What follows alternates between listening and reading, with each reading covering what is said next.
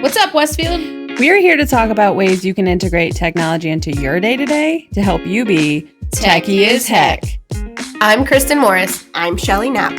And I'm Samantha Wilsker. And this is your TechRocks podcast. Welcome to episode 8, where we talk about nothing's perfect. So we've been talking a lot about different tech tools, and we've all been in the classroom, and we just got done having a little conversation here at the table about different things we've been doing in classes, successes and things that we kind of struggled with. And the bottom line that we got to before we kicked off today's episode was just the idea that nothing's perfect, right? No tech tool is going to be perfect. No solution in the classroom in your life is going to fit and check every box. The bottom line is, how do we become solution focused rather than every little thing that's wrong, right? Focusing on all those little things that's wrong and just quitting or saying, you know what, this isn't fixable. But rather than having that idea and embracing the idea that nothing's perfect and we're going to hit bumps in the road, we're going to hit hurdles that we have to get over, but we can keep going. I almost wonder too, breaking down that idea of what is perfect, because sometimes it can sound like, is perfect, this is going to work and I'm going to have to do very little work. I think when we really take a look at what our expectations are, sometimes that helps neutralize it a little bit to get more solution-based thinking of like, whoa, I had really high expectations. Like we do have to put forth effort. So it's just kind of that middle ground of it's more fulfilling as we learn along the way. I like that idea too of learning along the way, because I know we've talked a lot, especially in those first early episodes, about failing forward and all the issues we had learning to put our podcast together and all the pieces we learned about the switchboard that we use and everything just wouldn't be possible if we didn't think in that nothing's perfect and we need to be solution based. We would have quit on episode 1. Right. Yeah. Like we wouldn't even be here. Aren't we essentially too modeling what we're doing and providing for our students? Like we ourselves have to continuously be students, because in order to provide those rich experiences for, the kids we are lucky enough to work with every day, we ourselves have to be willing to go through that process and model like how fulfilling it is to learn new things. Or when a problem arises to come to, I love coming to solutions. And I get so excited because it's like that aha moment that our kids are having in the classroom. It just models system to system. And I think there's so much power in learning.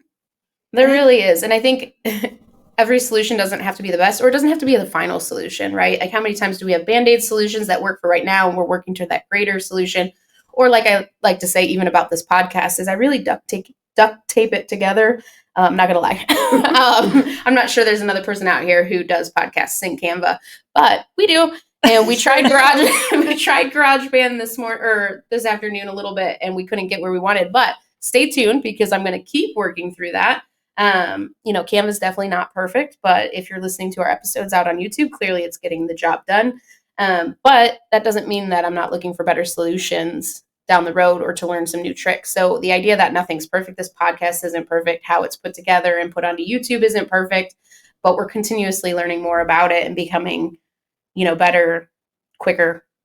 And we as teachers, like part of the reason we are teachers is because we can ascertain in the moment when a lesson is not working, when it is going sideways, where our expectations, to use Samantha's word, of how that lesson was going to go down, it's not met in reality. And I think an important piece of continuing to learn and be in that fluid space is to reflect, not miss the reflection piece. Mm-hmm. And I think in the chaos of a classroom, it's really easy to forget the next year that moment happened, and how to change it so that we're not caught off guard again when expectations aren't meeting the reality of what's happening. Do you find, so like when I was in the classroom, like I remember we were actually piloting a new curriculum at the time, and I was kind of letting my students in on that game, right? Like we're trying something new.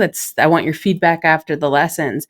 And I think that transparency of even as a teacher, like, oh man, like I didn't do that right or whatever it is. When you let the audience into that, the acceptance is like huge. versus if you're trying to cover it up because like you don't want to look like you can do anything wrong. And I think that in our roles, right, like we're supporting teachers all the time. That's super powerful when we can be really honest about those imperfections. Like, yeah, that doesn't work. It's a bummer, but let's find a way around it. And I just feel like that is something that people need more permission to do. And I don't know, I give myself lots of permission to be like, hey, this isn't great. But the more we do it, I think the more people see that authenticity and they're like, oh, okay, like there's nothing to argue there. This is what it is. We just keep moving forward. I think students are the same way and they enjoy seeing that honesty. Well, I think it just goes back to that same feeling. Nothing's perfect. What I'm about to do right here is not going to go perfectly, and I'm okay with that. Yeah. I'm okay in that space. It's an adventure. An adventure. It's an event, and I brought my duct tape. Yeah. I brought my duct tape. I'm ready to roll. Well, I think even I have a friend that I work with a lot. She's a kindergarten teacher, and I love when I go into her room because she's a little bit more comfortable if I lead things, and she'll jump in if we've really practiced something together. But what she always tells her kids, she says, "Friends, the great news is I'm learning right along with you today." Mm-hmm. And I was like, yes, she is. And I just think, like you said, the kids find that empowering, and it's such a great model to show that we are, that buzz lifelong learners. We really are. And modeling that, especially for, those young kids in the room, they're like, oh, my teacher doesn't know it all. She doesn't live here. Mm-hmm. She doesn't just, or he stay here all day and teach and know it all. Oh, they're learning. And I think with tech, that's such a thing, like a huge thing to remember, because I think for a lot of people, tech can be kind of scary. And if we remember, it's not going to be perfect. The internet might drop. Today I was working with a bunch of kindergartners and they were getting an error message with their microphone. So we learned the refresh button. And then the kids got to learn what the refresh button does and what it looks like. It's that little circle arrow. And when we tap it, we can solve a lot of problems with tech. Mm-hmm. And so the teacher was like, I didn't know that button was up there. It's like, there we go. Nothing's perfect. Yes. Learning. And we learned how to read the word error today. Yes. I think too. So I sat in on a training earlier today and one of the teachers walked by and I love her so much. She's like, aren't you so proud of me? She troubleshooted through an issue in Mastery Connect. Like she was authoring something and wasn't sure and she found the solution. It was great. And she's like, I hope it's right because that'll be hard if, we have to go in and change some data. And I just kind of looked at her and I was like, she did all the right things. They're not going to have to change anything. But I was like, and you know what? If that happens, it's such a core memory that you're just never going to make that error again. And I think there's so much power in allowing those moments to happen because then it's sticky, right? We're super proficient in how not to do it now. And I think that is what we can kind of, I don't know, I think it lightens the mood a little bit, but it's also yeah, that's right. We're all on a journey. We're all doing life for the first time. And I think I like those little moments. Yeah, the what not to do's. Yes. Kristen was just sharing she's working on her 2025 vision board. Uh-huh. And she started off with what she doesn't want. There are some very, very big things that I know do not go on my vision board. Are just not going to be in there this year. And I think that's a really cool way to flip the script of vision board. I have a not in my vision board. And if you've talked to me in person in the last probably 3 weeks, you know exactly what things are on that piece. And that's okay. Okay. That's okay. It is. And it's a good way to approach, I think, the classroom too. When you are in those moments and you make reflections, you know not what to do next time. Mm-hmm. You take that moment to reflect. Because when something doesn't go the way that you want it, it's really easy to give into that panic. Yes. And that heart racing and that uncomfortableness that comes with vulnerability. But like you said, what we're modeling to our students is to push through that and to problem solve and to rise above those uncomfortable feelings. And so show the fluster and then just say, okay, well, that was a hard fail. Mm-hmm. Any ideas of how we can move past this moment? I think it's really powerful to be vulnerable in front of your kiddos because it gives them permissions to accept their own vulnerabilities. Like when I was a teacher, I would dance in front of my students. Mm-hmm. I was Mother Nature for a transcendentalist unit. I had no shame in my game. Yes. And when I failed, it was in front of everybody and it was beautiful and we solved it. And if you can show that to your students, that you're confident in your strengths and knowledgeable about your weaknesses, it really sets a great tone for the rest of the year. It does. I feel like it lowers those external pressures too. Because if our model is we got to be on, we got to be perfect, we got to be right, we got to do all these things, then that's that energy we're putting out into the classroom for kids too. And then they feel that pressure, and it no longer is about their learning. It's about, can I do this right so I get a gold star or a grade or whatever the scenario is. And I just think when we take it all back to that learning piece, man, the world's just a better place.